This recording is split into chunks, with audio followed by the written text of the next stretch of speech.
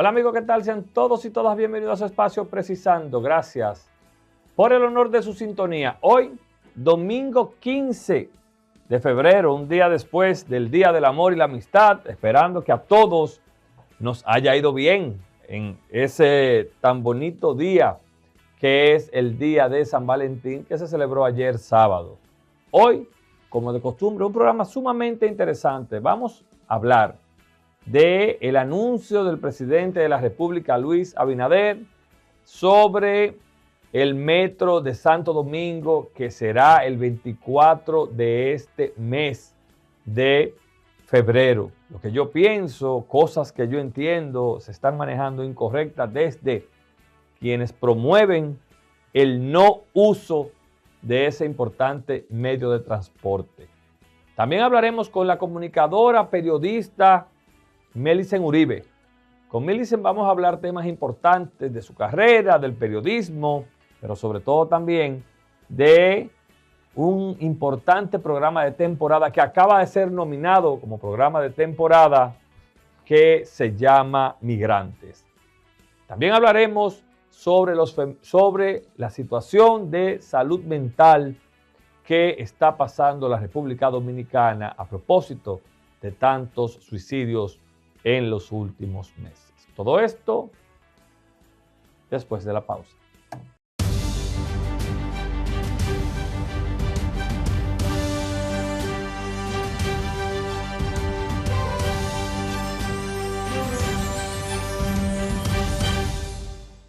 Gracias, amigos, por continuar con nosotros. Miren, esta semana el presidente de la República, Luis Abinader, en una actitud que a mí principalmente me gustó porque mostró mucha seguridad, anunció la inauguración de la puesta en funcionamiento de la línea del metro que va desde el 9 de la autopista Duarte hasta la entrada de los Alcarrizos.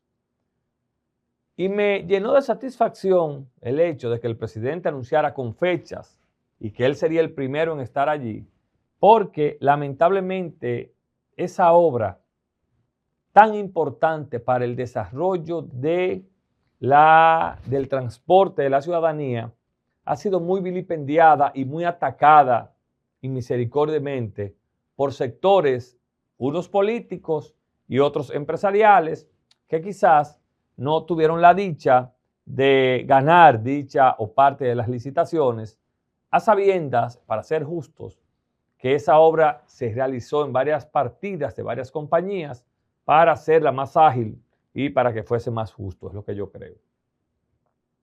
Y yo quiero hacer un pequeño apunte en lo que yo creo ha sido o han sido estos ataques desde el inicio de esta importante obra. Y lo quiero hacer de una manera coherente y de una manera transparente. Las grandes obras de los gobiernos siempre encontrarán una gran resistencia, sobre todo política, porque al final estas obras benefician a la gran mayoría y en este caso a una inmensa cantidad de personas que ya tendrán esa conexión metro teleférico para poder transportarse más seguro, más barato, más higiénico y más rápido a sus trabajos. Y el metro de Santo Domingo, y ahí es que quiero ser justo, no ha sido la excepción. Aquí hubo un amigo porque es amigo de este programa, que vaticinó que cuando se entregó el metro por allá en el 2012, en el 2008, se lo iba a tragar la tierra. Y el metro está funcionando. Y yo siempre he dicho que la visión del presidente Luis Abinader es la más importante porque es el único que le ha ido dando continuidad a obras importantes en la República Dominicana. Y por eso cito eso que aquella vez dijeron para traerlo ahora, de esos augurios de gente que está apostando a que ese metro que va en beneficio de la sociedad sea un desastre. Y particularmente yo creo que esa campaña es absurda y que utilizar la construcción del metro como botín político, como discurso político, es una aberración que atenta contra el desarrollo de la República Dominicana en términos de transporte de pasajeros masivos. Yo creo que usted intentar como oposición política vender la percepción de que si usted se sube en esa importante vía, usted está en peligro, es una irresponsabilidad mayúscula de la oposición a raíz de lo ya citado por mí al principio, porque ellos también de unos sectores fueron víctimas de esas mentiras. Y yo, que me he caracterizado de fijar mis posiciones y siempre he dicho, no obligatoriamente tienen que ser de su agrado, estoy abierto a debatirlas con altura, entiendo que los países se desarrollan de esa manera que lo está y lo ha hecho el presidente Abinader. ¿Cómo? Dando continuidad a obras que sean de beneficio para las mayorías. Teleféricos, metros y demás. Porque ¿qué pasaba antes? Y no lo llamemos a engaño. Aquí, Leonel no quiso hacer cosas o darle continuidad a cosas que pudieran recordar a Balaguer.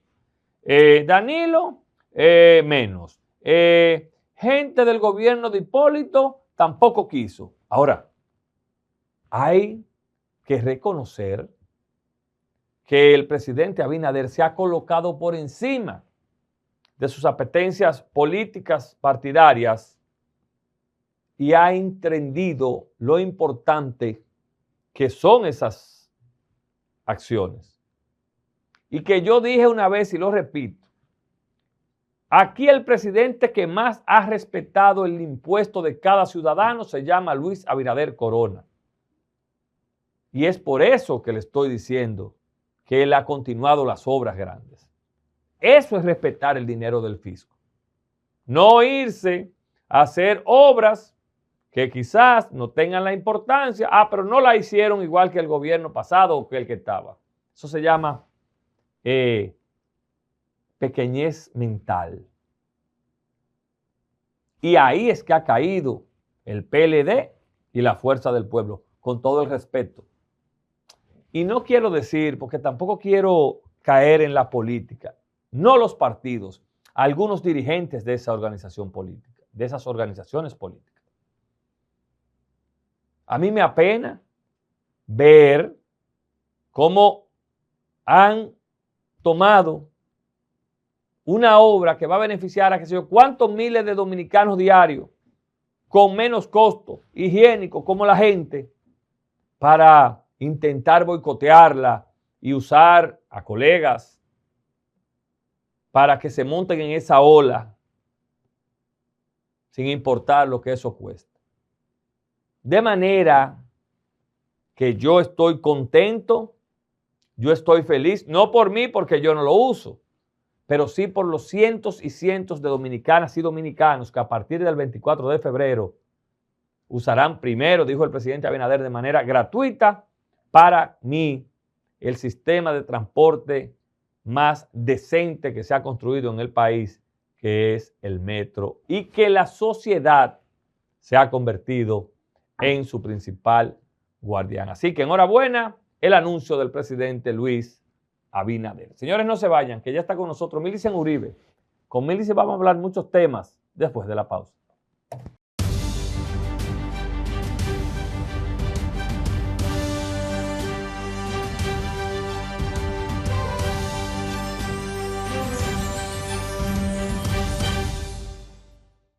Como habíamos anunciado, nos acompaña, yo no sé cómo decirle, si colega, amiga.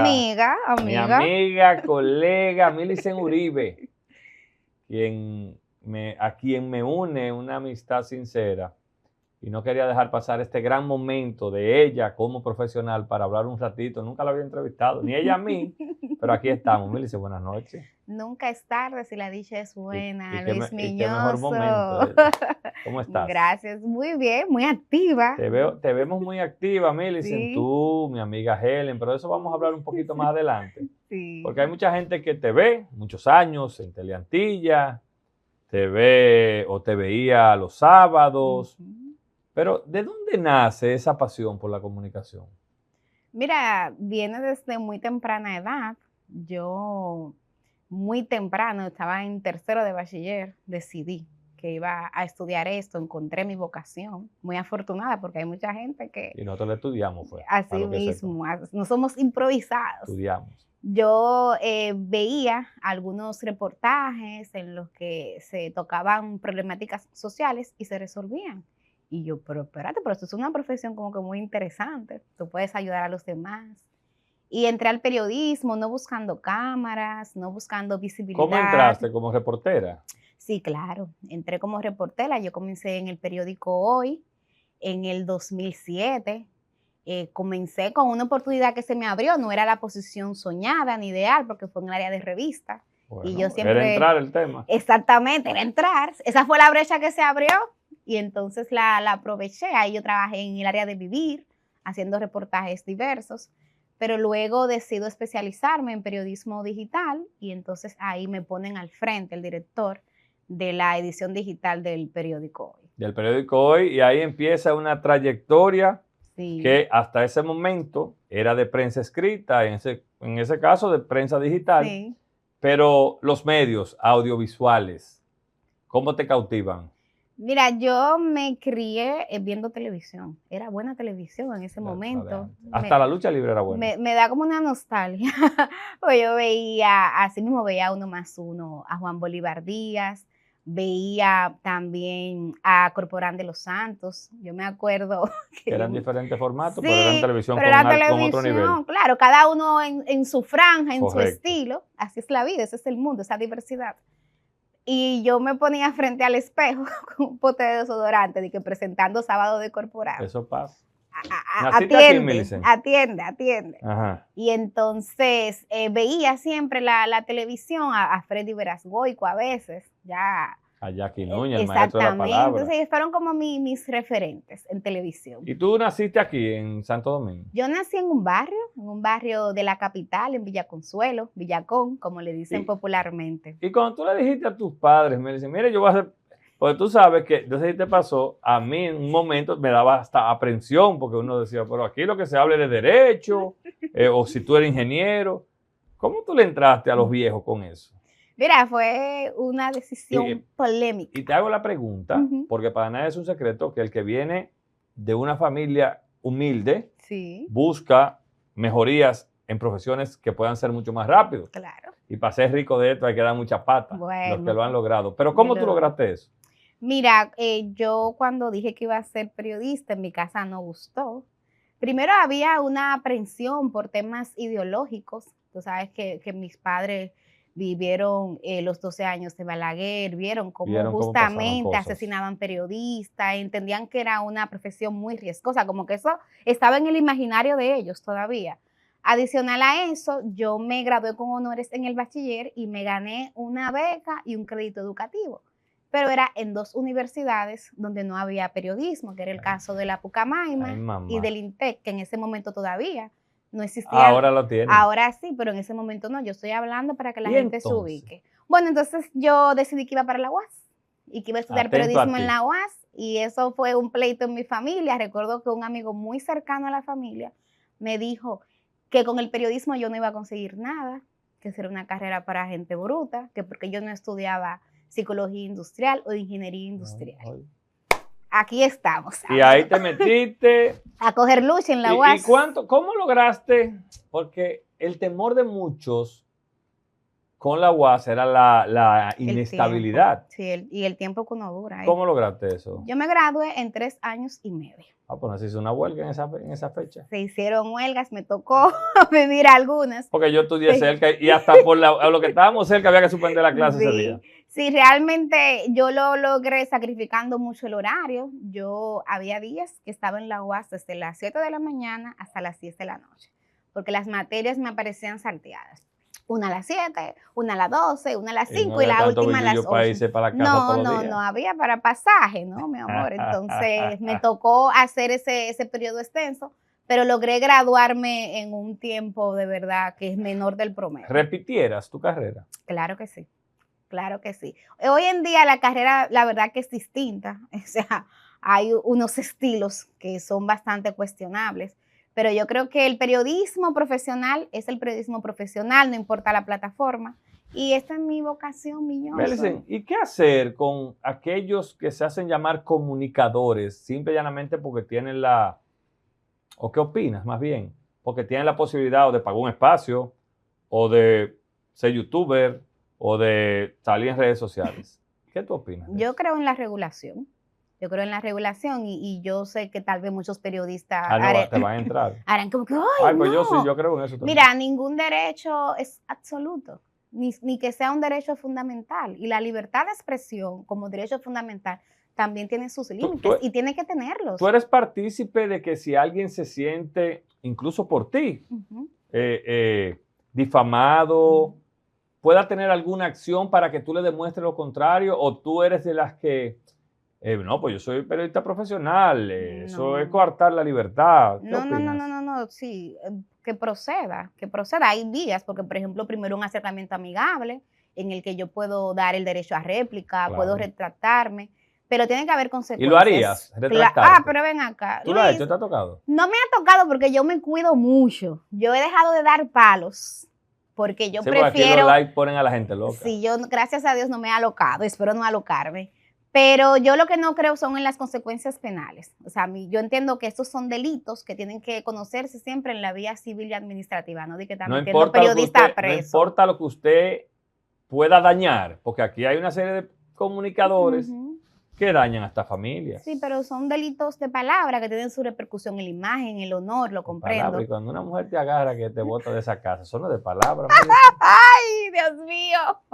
Pero no, todavía no lo creo así tan grave como para trancar a una persona. Por eso. Ajá. No Ay, penal. Misael. No vía penal, no vía Pero que penal. te vote tu esposa es algo penal, es una sentencia de muerte. Ay. En algunos casos sí. Ah, Melicen, una muchacha, y quiero hacer esta trayectoria no solamente para hablar de Melicen, la que está dando palo últimamente, sino para que la gente sepa que tú llegaste a donde está, Guayando la guayando la yuca. yuca. Amigo, guayando la yuca. Una muchacha joven, dirigiendo un medio importante, con cierta influencia en radio y televisión. ¿No se te han acercado estos que le gustan en el sentido de que, mira, Melicen, agárrate de ahí, olvídate de ese tema, no me menciones? ¿Te ha pasado? Algunas propuestas indecentes, no de manera directa, pero comentarios, Mandados. chinitas que se tiran, ¿Y qué pero se hace para no comerse esos gajos? ver las cosas a largo plazo. Al final, Miñoso, el valor más importante que tiene un periodista es la credibilidad, es su Correcto. reputación. Y a mí me ha costado mucho el tener esa reputación, el que la gente confíe en mí, en mi independencia, en mi objetividad. A ello iba. Tú eres de las que piensan que el comunicador que se afilia políticamente, vamos a hablarlo, pierde una de esas cualidades. No necesariamente, porque tú puedes tener tu simpatía política, puede inclusive tú tener una participación política formal en un espacio, en un partido, pero siempre y cuando tú al momento de comentar te apegues a datos, yo creo que ahí no hay problema. Yo no me considero imparcial como Usted periodista. tiene su afiliación política. No, yo no tengo afiliación política. O su gusto. No, o sea, yo tengo gustos más abstractos. A mí me gusta la democracia, me gusta la libertad, me gusta la transparencia. Y en Pero esa ¿qué a usted le materia, gusta? ¿A usted le gusta, por ejemplo, en esta mesa, a usted le puede gustar un blanco, un verde, un morado? Usted no es de un solo color. no depende, porque hay temas, por ejemplo, en el que el PLD es bien, entonces yo se la doy al PLD. Pero hay temas en el que el PRM es bien, se la doy al PRM. ¿Te ha tocado cuando te pasa esa posición que te acusan de partidario? Ay, mijo, a mí cuando estaba el PLD en el gobierno, Tú eras oposición. me decían que yo era PRMista del PRD. Luego cuando está el PRM me dicen que yo soy del PLD. Y eso quiere decir que lo estoy haciendo bien porque no me pueden ubicar en un solo espacio. Quiere decir que yo ¿Y de estoy la siendo... fuerza del pueblo nunca le han dicho?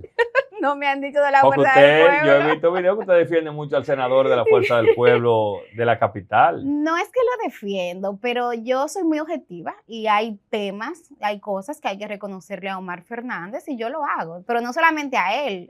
Yo también tengo gente en el PRM que la valoro, tengo gente en el PLD que también la destaco, Entonces, así, yo trato de ser como objetiva. Más adelante vamos a hablar de eso. Le tenemos una preguntita Ay, buscapié, Dios pero mío. siguiendo con tu trayectoria, ¿cómo te dije de ese paso que das de la prensa escrita a la televisión y a la radio?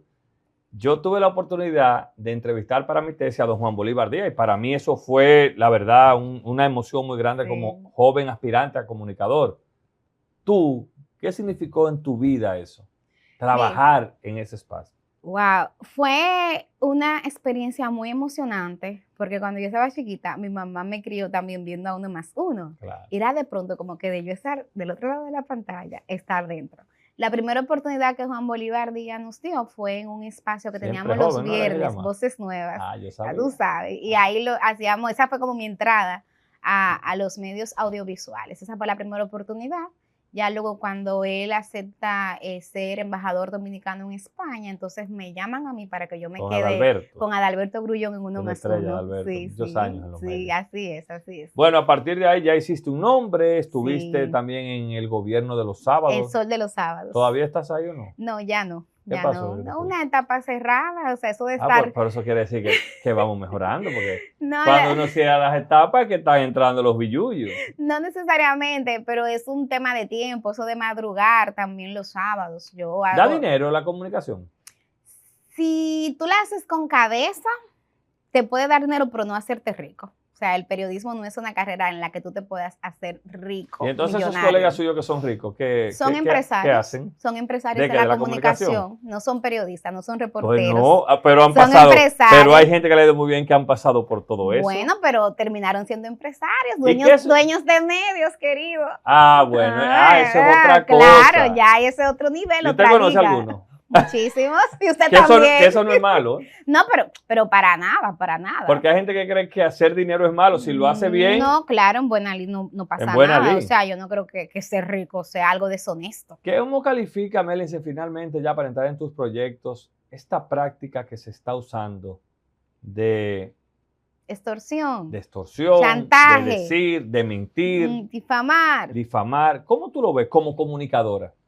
Mira, con mucha preocupación, porque dice, cuando veas la barba de tu vecino arder, pon la tuya en remover. Aquí se está jugando una pelota muy caliente con eso del chantaje, la extorsión, es una industria. Y me da mucha pena y mucho dolor que eso tenga cabida. Tiene cabida porque tiene financiamiento. Tiene financiamiento. Aquí hay instituciones gubernamentales, privadas, que están dedicadas a apoyar eso y cogen la presión, en algunos casos la promueven. Y eso es muy, muy peligroso y muy lamentable. Hoy le toca a unos, mañana le puede tocar a cualquiera. Y eso es lo peligroso. ¿Cuándo empezó esa industria que tú recuerdes? Mira, aquí... Porque antes, perdóname que te interrumpa, quizá uno se iba a los tiempos de Balaguer y no era que no existía, ahora como que había otra forma. Sí, aquí en los gobiernos del PLD, la verdad que se degradó mucho el periodismo profesional.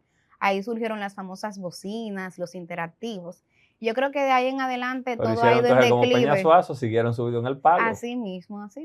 Hay gente que le ha ido bien en todo. Mélice, vamos a hablar de nuestro proyecto que... Me encanta que digas nuestro, me fascina. Sí, Tú eres parte lo de digo porque donde estás tú y está Helen Hill, yo me Ay, siento. qué lindo. Y lo digo a boca llena. Gracias. ¿Cómo nace Migrantes? Migrantes es una idea de Helen Hill. Es un hijo Brillante, Helen. que Helen Yo la amo, Hill tengo que parió. admitirlo, que ahí no soy objetivo. Y tuvo la confianza de compartir ese hijo conmigo y permitirme también darle mi toquecito personal. Ella tenía ese proyecto en carpeta, hacía ya unos años. Lo pensó primero para una persona, un comunicador, y luego entendió que no, que yo era la persona indicada para hacerlo. Se acercó, me presentó la propuesta y así nació Migrante. ¿Qué es Migrantes? Migrante es una marca país.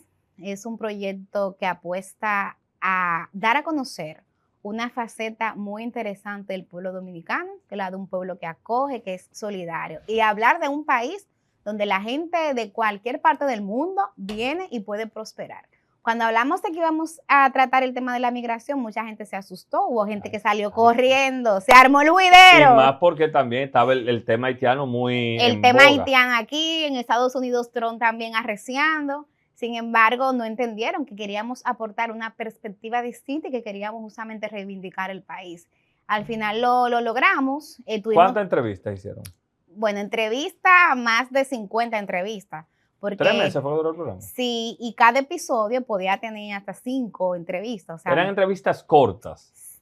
En algunos casos había entrevistas principales. Por ejemplo, en el episodio de España entrevistamos a don Román Ramos. Esa fue una entrevista larga. Pero la dinámica era mucha gente contando sus historias. Entonces ahí no teníamos como un número ¿Dónde se limitado. enfocaba esa entrevista, Millicent? Tú como periodista, ¿tú le enfocabas más por la parte humana, la trayectoria? No, la parte humana. La parte humana, porque la idea era que ellos eran los protagonistas. Yo apenas era la host, yo era el canal, pero ellos, los migrantes, eran los protagonistas. Era más que contaran la parte humana de su historia, cómo llegaron aquí, por qué se quedaron. Esas eran como las preguntas claves. ¿Qué te impactó? Y no te voy a decir de una historia X, sino de haciendo un resumen. ¿Qué te impactó de Migrantes? Mira, la resiliencia del ser humano. O sea, la capacidad que tienen los seres humanos de llegar sin nada a una tierra extraña y de la nada llegar a tenerlo todo. O sea, eso habla mucho de la humanidad, de lo que el ser humano puede lograr cuando se enfoque y cuando se propone algo. O sea, Migrantes al final fue un viaje en el que más que hablar de extranjeros, hablamos de los dominicanos, de esa capacidad de apoyar, de ser soporte. ¿Y de tu país? ¿Qué te impactó en esas entrevistas? Bueno, lo simpático que somos, que aquí se puede prosperar en términos económicos. A mí me tocó entrevistar muchos empresarios que hoy tienen emporios, pero que comenzaron de la nada. Entonces, y también saber cómo nosotros somos resultado de una fusión súper interesante. Mira, cuando trabajamos el episodio de los japoneses, yo entender que el desarrollo agrícola llegó aquí porque esos migrantes japoneses vinieron con sus herramientas, con sus semillas. Monte Plata y Bonao. Mira, o sea, de verdad que fue sumamente que no llevaban interesante. años luces en eso. Exactamente. Y asimismo, por ejemplo, el caso de los españoles que llegan y desarrollan el comercio, la industria textil aquí, los italianos con la arquitectura. ¿Y los chinos? ¿Entrevistaste chinos? Sí, entrevisté chinos. ¿Y los chinos solamente se quedaron en la parte agrícola? ¿No entrevistaron chinos de esos que hubo un negocio muy próspero aquí? Hay que decirlo, que fueron las cabañas en su momento. ¿Por qué me preguntan eso siempre? ¿No te tocó? No me tocó, me quedé en la parte agrícola y un poco en la parte comercial.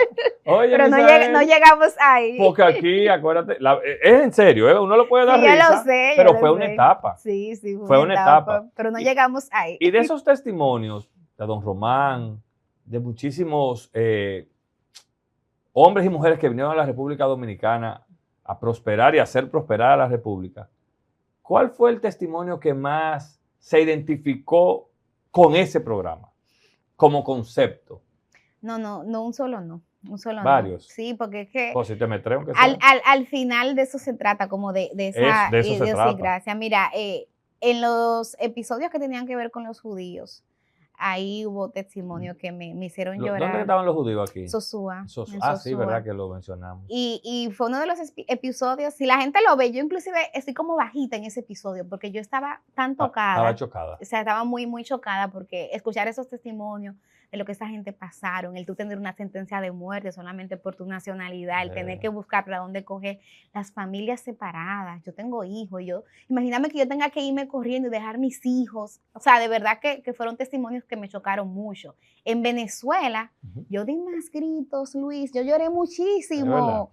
Sí, porque es una migración que yo la he vivido, o sea, nadie me la ha contado. Eso es como la pandemia. Exactamente, o sea, nadie me la ha contado. Y en comunicación existe lo que se llama proximidad, que es un fenómeno que hace que tú vivas más las cosas. Y entrevistamos varias colegas de los medios.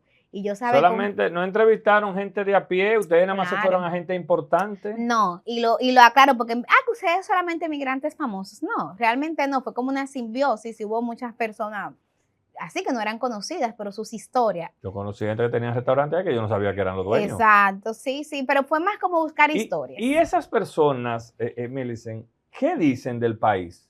Oh, muchachos, yo creo que tú mira, hay una que a Helen le encanta, que es Olimpia, que la tratamos en el episodio de Francia.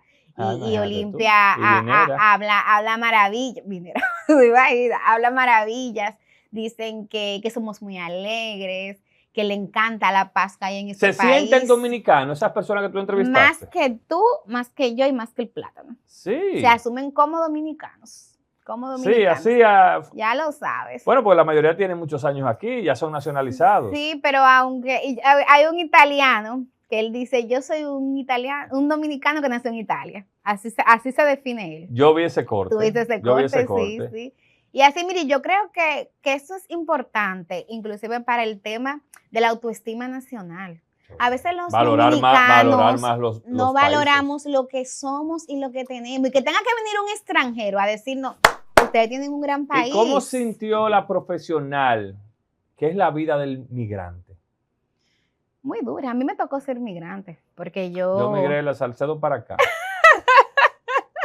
una migración importante, no te creas, diferente. claro.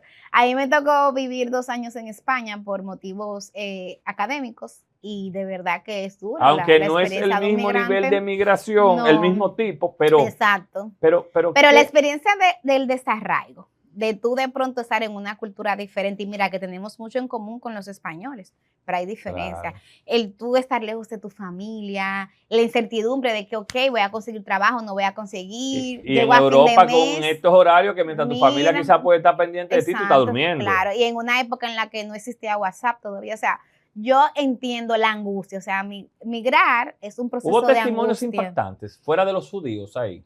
Es decir, de esa gente que vinieron sola, que no sabían qué hacer. Porque me imagino que hubo gente que llegué a este país, vamos a ver qué yo hago. Sí, en todos los países hubo, en el caso, por ejemplo, de los mismos orientales, lo que te contaba de China, hubo gente que llegó aquí con una mano adelante y una mano atrás. No sabía ni siquiera dónde dirigirse. Y el idioma, imagínate. Exactamente, en el caso de los chinos, el tema del idioma fue muy difícil. También las condiciones ambientales. Ellos llegaron a zonas que no estaban muy desarrolladas. ¿Y familias hicieron con dominicanas y dominicanos? Hubo culturas que se mezclaron más que otras. En el caso de los chinos, ellos no se mezclaron tanto. En las primeras generaciones, los japoneses igual. Por ejemplo, en Dajabón hay una colonia japonesa. Muy fuerte. Pero ya ellos van por una tercera y cuarta generación en la que están mezclados. Unos colorcitos más lindos que de esa mezcla. Tiene que haber vecinos y de todo. Ahí tiene que haber chino haitiano. Sí, pero en las primeras generaciones no lo lograron. Ya entonces, ya en la tercera, ahí sí se produce. Tú sabes que hay un productor chino muy famoso que yo conocí. ¿Sabes dónde él empezó? ¿Dónde? En la Luperón con Gustavo Mejía Ricard. Ahí había unos solares que sembraban lechuga. Qué interesante. Sí, eran durísimos en todo el tema de la siembra. Yo vi migrante. Amigo, usted su cultura general bien. Gracias. Entonces, definitivamente fue un proyecto en esta primera temporada que logró su cometido, Millicent. Sí. Y aquí es importante decir que el cometido, más que cualquier visibilidad, que cualquier éxito comercial, queríamos lograr televisión dominicana de calidad. Muy bien, pero eso. Y si le metemos otro objetivito, ¿se logró recuperar por lo menos?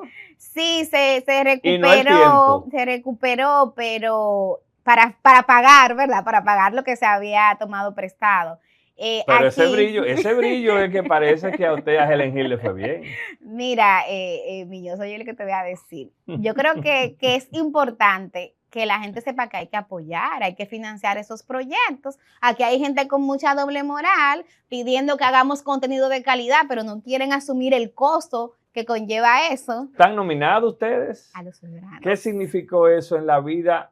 ¿Helen había estado nominada antes? No, creo que no. Su primera nominación. Yo creo que no. ¿Qué significa eso en la vida tuya de Helen como profesional? Un reconocimiento no a Millicent Uribe ni a Helen Hill, a la televisión de calidad y al buen contenido. Así lo vemos y así lo hemos asumido. La mujer está en eso. ¿Cuándo son los soberanos? 18 de marzo. ¿Y ya tiene su flow listo? Estamos en eso. ¿Eh? Estamos en eso, que son muchas cosas, pero bueno, sí. Yo le deseo mucho éxito. Claro. Porque igual que este espacio, yo apuesto a una televisión con un poquito más de nivel. Que no tiene que ser aburrida. No, pero Migrantes no fue aburrido. Por eso, no tiene que ser aburrida. Mire, yo quiero aprovechar para agradecer a la gente que nos dio ese sí, que nos abrió la puerta. Y que le volaron del cielo a otra temporada. Hubo gente que no apoyó. Ministerio de Cultura no dio un chele. Ministerio de Turismo no dio un chele. Y lo resalto porque... Cultura no tiene nada. Bueno, pero hay muchos apoyos, amigo. Hay formas de apoyar. Voy a tirarle la toalla a mi amigo Robertico. No tiene nada. Porque yo lo digo porque justamente son instituciones que están llamadas a apoyar eso. pero también a la presidencia, Luis, el presidente Luis Abinader nos entendió, nos Fue apoyó, fue a su fue al acto de premier. saneamiento, a Samuel Pereira, a Luis Miñoso. No me hagas No, llorar aquí es que como tengo que migrante. decirlo. Yo hoy estuve en otra entrevista y yo lo dije, le dije, mira, Samuel Pereira, Luis Miñoso, el presidente, el grupo Ramos, gracias a esa gente y a la audiencia que nos respaldó porque tuvimos rating, tuvimos interacción en las redes sociales, gracias a eso Migrante logró su cometido. Finalmente, ¿cuándo viene la segunda temporada de Migrante? Estamos evaluando la posibilidad de ver si hacemos una segunda temporada. Vamos a ver, porque la verdad que fue mucho trabajo, amigo. Fue mucho trabajo y tú tampoco la sueltas mucho, entonces Melissa, caramba. le deseo muchos éxitos y que sigas cosechando esa profesión que tanto te apasiona. Y usted que siga siendo parte de ellos, hermano. Millicent Uribe fue nuestra invitada este domingo en Precisando. Ustedes no se vayan, ya volvemos con la parte complementaria.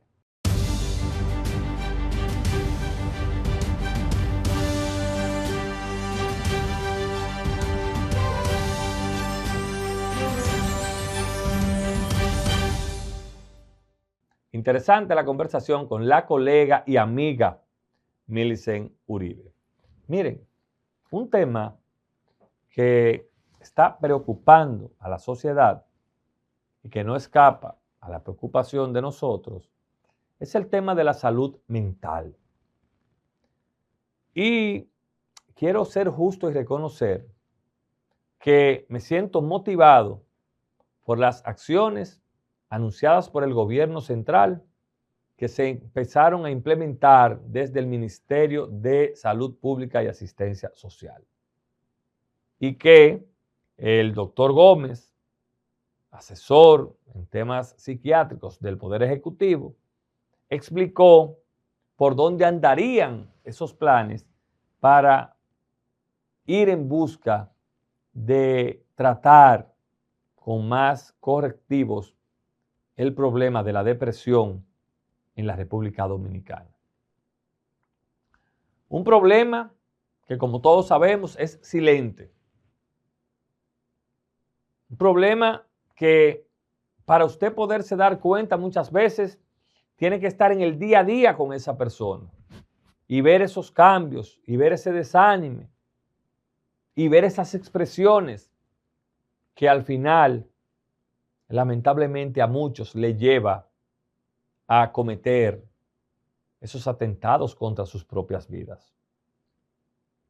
Y que ya nosotros mismos tenemos que ser los que identifiquemos ese tipo de enfermedades y nos convirtamos en salvadores y en propulsores de que esas personas visiten al profesional de la salud mental que tengan que visitar, ya sea psiquiatra o psicólogo.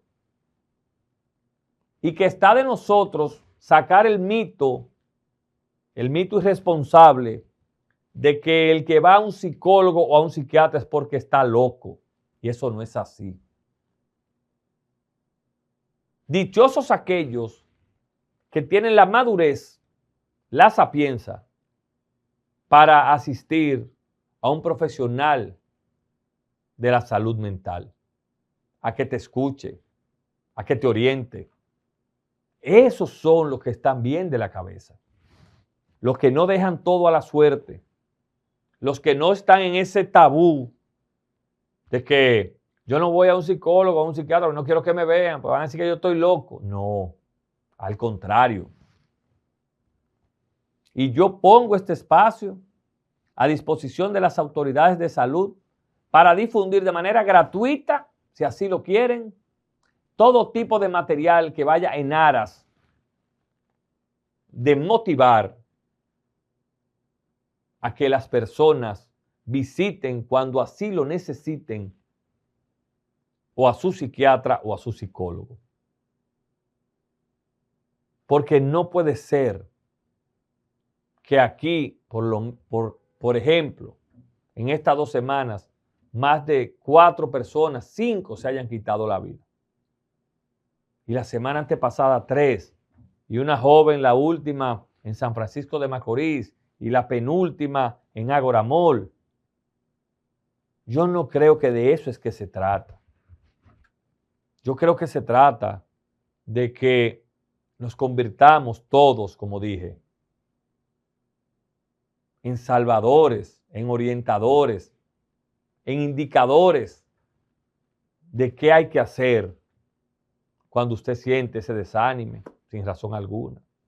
Cuando usted quizás lo tiene todo, pero su ánimo está en el suelo. Usted le da todo igual. Porque otra cosa, la salud mental no tiene que ver con posiciones económicas.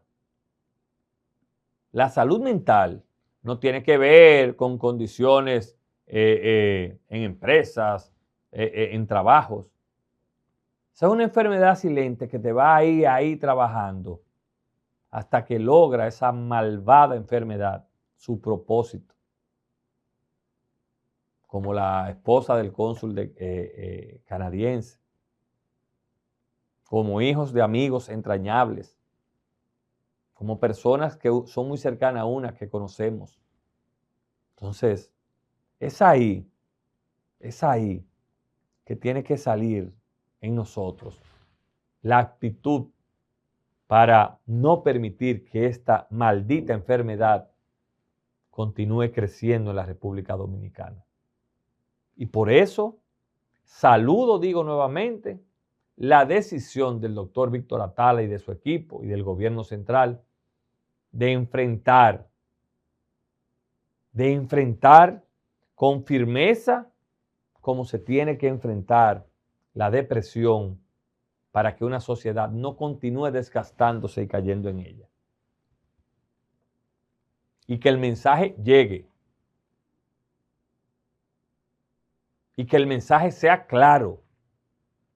Y que demos las facilidades para que los dominicanos y dominicanas con facultades que quieran estudiar estas carreras se involucren. Que las universidades se involucren. Que las camas de psiquiatría en los centros públicos y privados existan. Que se amplíen.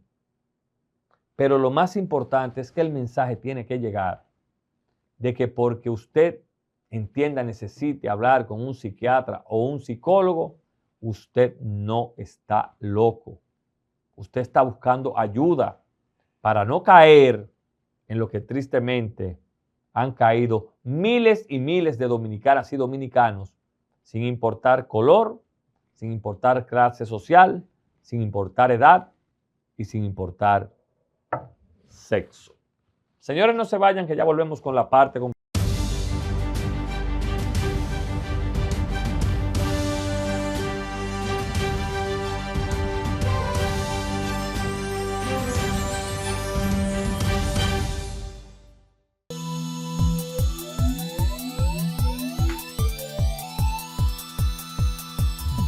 La nueva extensión del metro será gratis del 24 de febrero hasta Semana Santa. En 10 días, los municipios de Santo Domingo Este y de otras comunidades cercanas estrenarán un nuevo servicio moderno, más rápido y acogedor.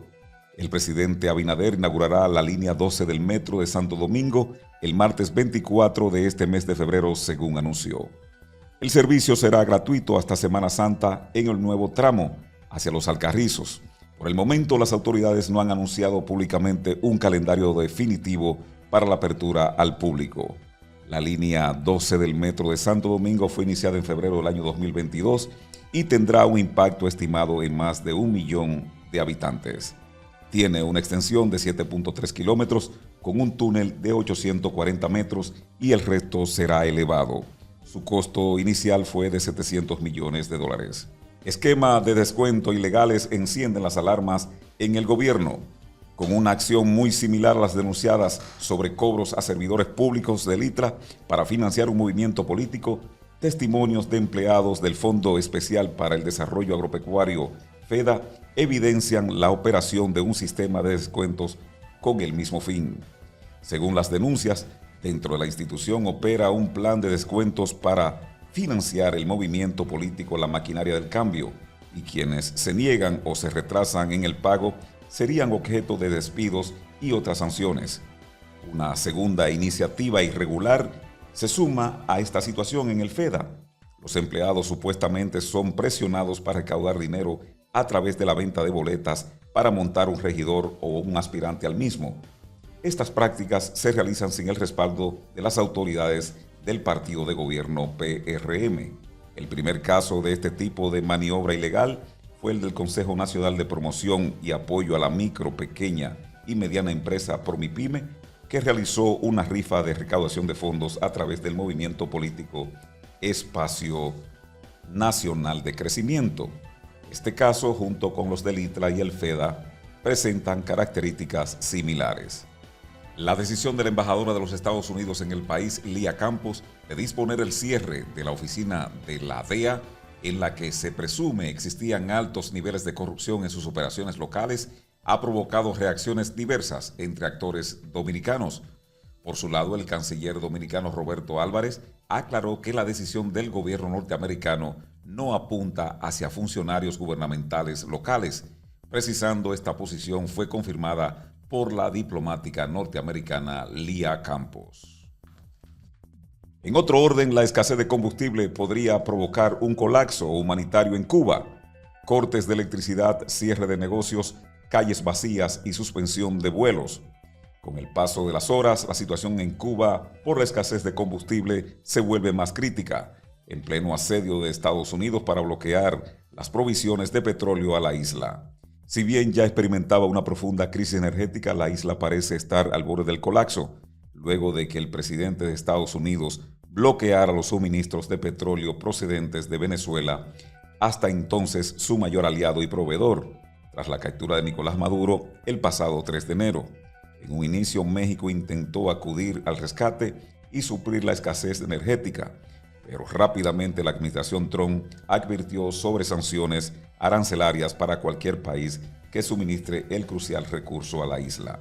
El gobierno de Claudia Sheinbaum ha reculado con ese apoyo, aunque anunció la entrega de ayuda humanitaria.